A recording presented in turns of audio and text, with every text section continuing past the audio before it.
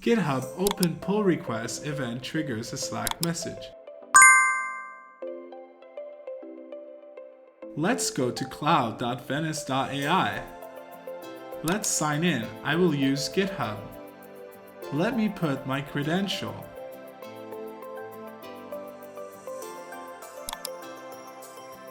Authorize Venus. Use Vanus Cloud to trigger a message to Slack when someone opens a new pull request. Click Sign In. Install and authorize.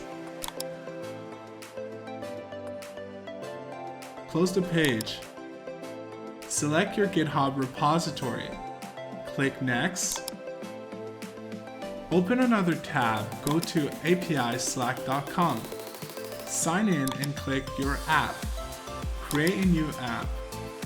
From scratch, I will name it Venus Notification. Now select your workspace and click Create App. Go to Incoming Webhook.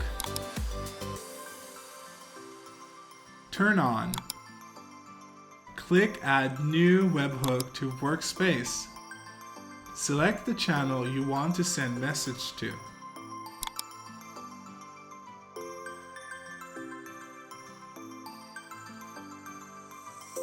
Copy the URL and paste it in Cloud Venus.